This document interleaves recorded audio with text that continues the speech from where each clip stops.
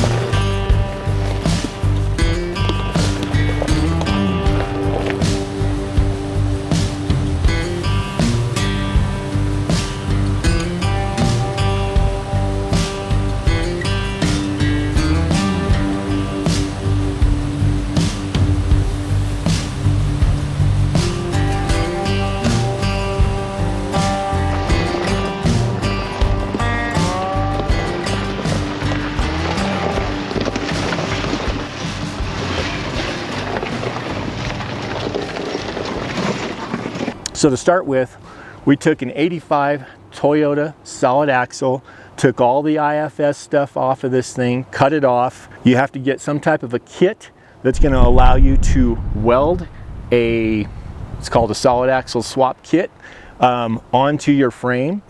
And one of the things this allows you to do when you get a solid axle is to make some upgrades. And one of the upgrades I made is called an IFS hub conversion. And that allows me about a 3-inch wider track width, which matches the rear end when we get to that. Another great thing that allows you to do is to do a brake upgrade at the time. So I went with Tundra calipers and rotors, and that has puts a huge difference in the braking power of this thing. One of the other things you have to do on these is you have to do a high steer conversion kit. This puts your steering, your drag link, your track bar all above the axle. This allows you to use the springs that you're going to have to use to get this thing where it needs to be. Now on this particular rig, I went with a high pinion differential.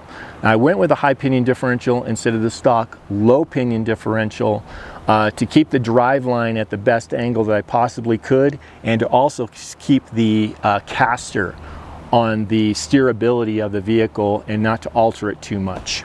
On the springs I used on the front of this, I went with a stock heavy-duty set to begin with.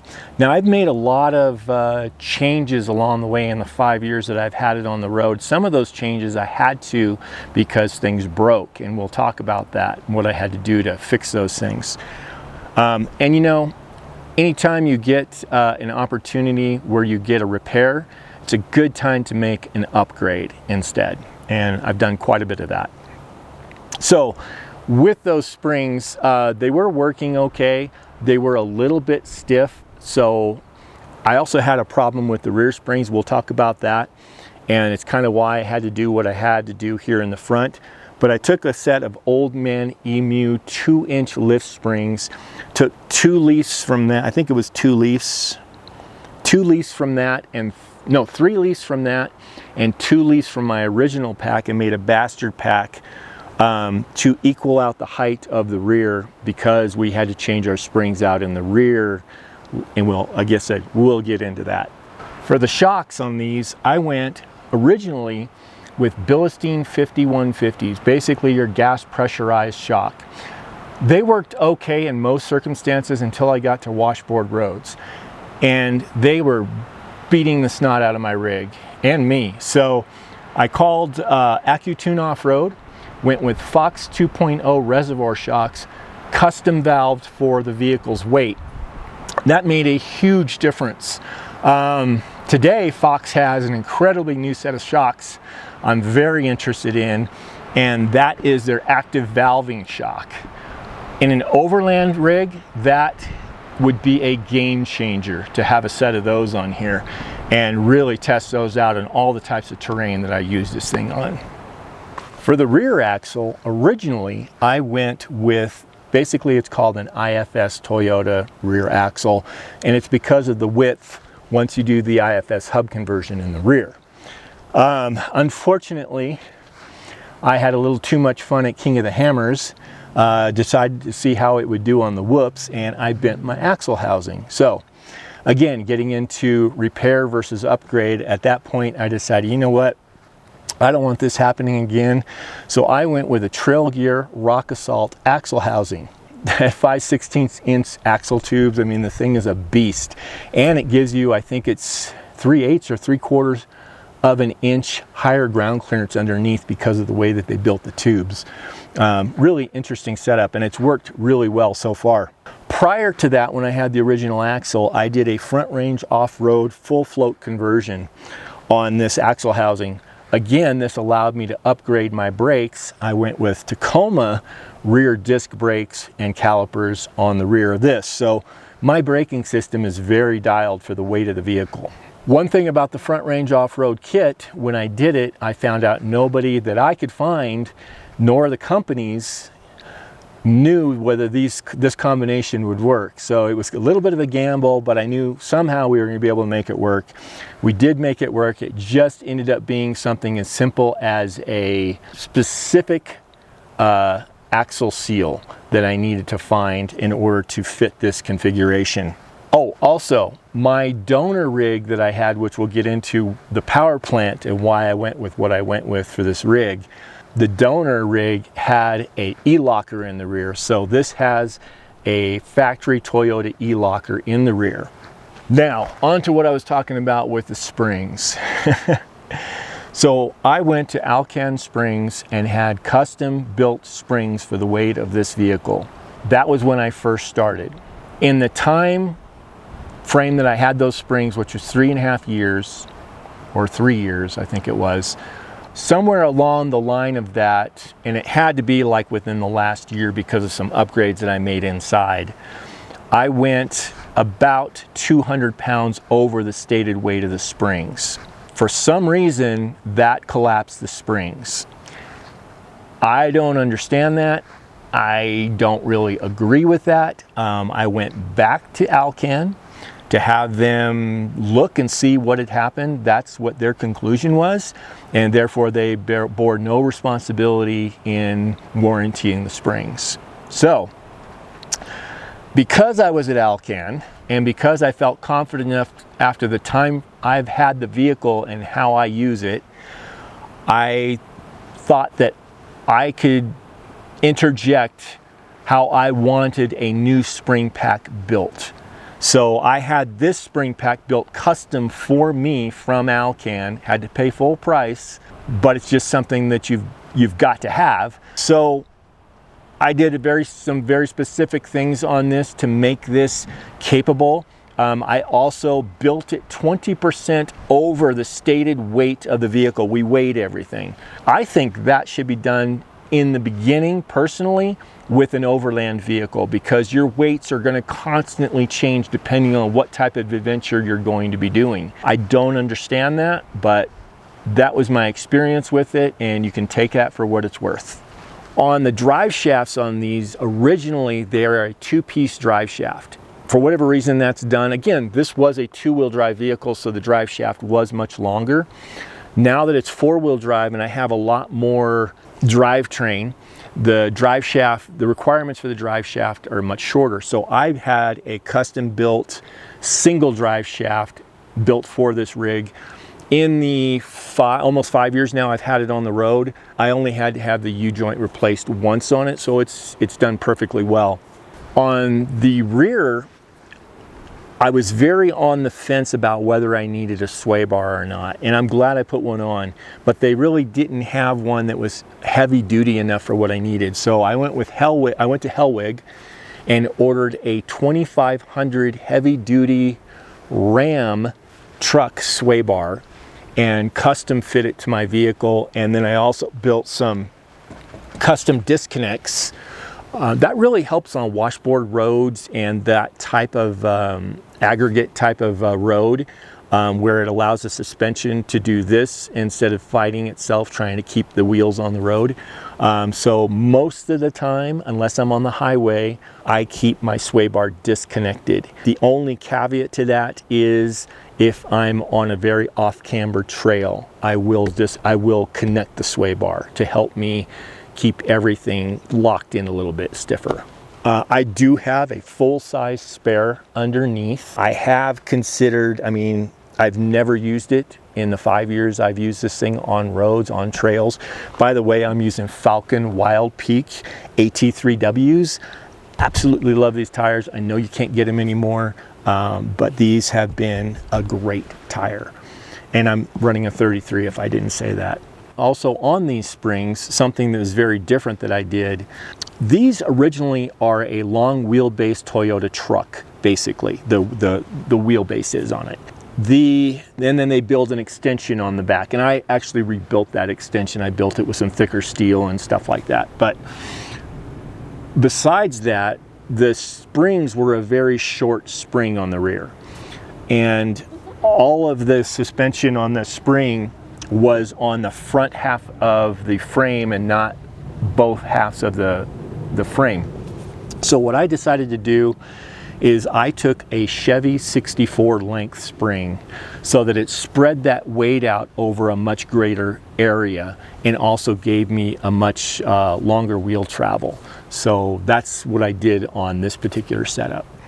Also on the back and on the front of my rig, I run something called a Sumo spring. It's by Super Springs International, and it's a molecular foam overload, basically.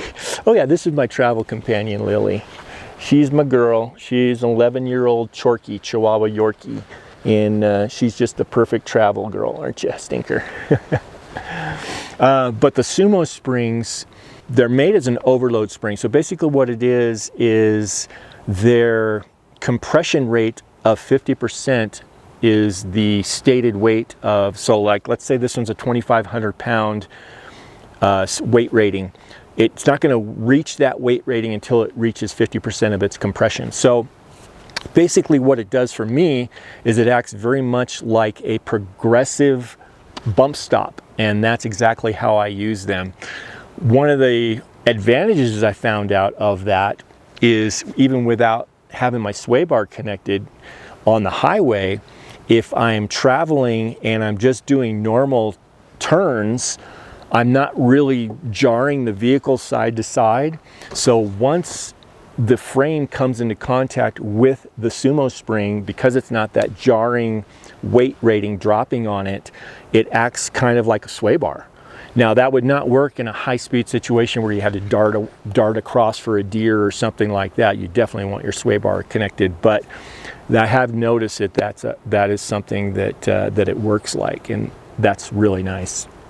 I also have them on the front. I use them exactly the same way. Matter of fact, the other day, those really got me out of the bind. On this trail, I dropped into a hole that I did not mean to drop into, and I literally felt the entire rig starting to go over. But because it was such a hard hit, the Sumo spring literally gave me some bump back up. So once it hit down and it started to go, it bumped back up a little bit, and as soon as it did, I just gunned it to keep this thing back up on the rock and to keep it from flopping over. Don't know if it would have, but it sure felt like it was from the driver's seat. So now let's get into the engine and what we had to do, and maybe what we should have done. Although the 22R is probably the most venerable motor that Toyota ever made, it was not enough for this rig. So the donor vehicle was a 3.4 liter V6 out of a 1996 Toyota 4Runner. And the reason we went with this motor is the price that I got the donor at. It was just an incredible price. I ended up putting a 3-row radiator in it, which really did not change it that much. The other thing that I didn't really like about the donor package that I had, and I just went with it anyway, is it has an automatic transmission. So it has the A340H transmission. I really wish that I would have found a 5-speed, and if I had to do it over again, I would do a 5-speed. I went with 456 gear ratio in the differentials. Again, I think that would put me in the correct power band with a 5-speed. It doesn't so much with the automatic. It's very difficult on the hills, stuff like that. So, but yeah, this is the motor that we went with. And everything's just kind of packaged in there. Did need to bring the hood up a little bit. Had to modify the support here a little bit because I went with a 3-row radiator. But other than that, oh, also on the braking system, we went with a, if I remember correctly, it's an FJ80 brake booster and master cylinder. So with the entire brake package, everything has been upgraded and it stops on a dime. It does really well for the weight of the vehicle. And mated to that A340H with a Marlin crawler adapter is a 1985 gear-driven Toyota T-Case. In that T-Case, I have the lower 4.70 gears, and it has a twin stick modification to it. That basically allows me to use all of the lower gears in 2-wheel drive as well as 4-wheel drive. One of the modifications that I had to make to this rig is this guy right here. So this is a fiberglass shell, and in my opinion, what was happening is because there's no real support within this except for the fiberglass itself, it was bouncing up and down really bad. That caused a lot of stress fractures.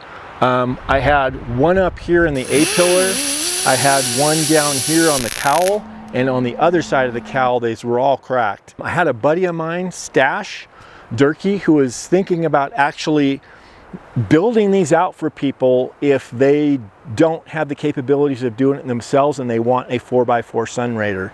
So hit me up, I'll get you his information if you're interested. He did a really great job on this. But basically what we did is we tied this in to the hinges inside of this area here and then Sikaflexed it to the fiberglass.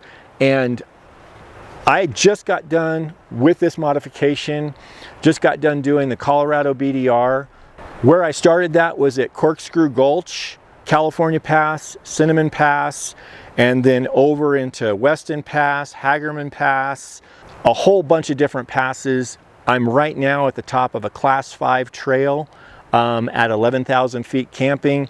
I have not seen any flex or any movement in this, and I've looked and I've not seen any stress fractures or anything like that this has caused in other places. As you know, when you modify something, you change the weakness to a different location, and so far I've not seen anything. So this has been a great addition to being able to use this rig like this. That is my 1982 Toyota Sunrader that I custom built in my backyard.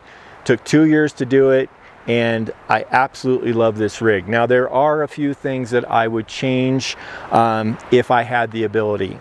One of them, of course, we've talked about it, I would love to go back to a 5-speed, and I've been looking for one. So if you're a shop or you're someone who would like to keep this 40-year-old rig doing cool epic stuff, hit me up, I'd like to talk to you. Another thing that I'd really like to do would be a lot more difficult and a lot more expensive and time consuming, is to do a linked suspension in the front and get rid of the leafs altogether in the front. Possibly even the rear, I'm not sure, but definitely the front. And then I would like to see where it started working from there. That would be an epic upgrade to this. Knowing the difference between having a linked suspension vehicle and leaf spring suspension vehicle, which I've had one full rock crawler that I built that I went to both extremes, and I had a 66 Jeepster Commando that I fully built, and I did the same thing. I had it on leaf suspensions at first, and then I went to a full link suspension. It really changes the difference in the ride. If you have any questions, some of the stuff that I talked about, the upgrades and the things that I did, I will have links below to other videos that I've done that you can see there. If you have more questions than that, please post them below. I'm always interested in hearing what you guys got to say. If you're in a neighborhood where I'm at, you can also find me on Instagram at Sunroamer Overland. And I'm always up for collaborating and going on cool adventures with other people too. So, or having you come join us. Thanks guys, hope you enjoyed my rig.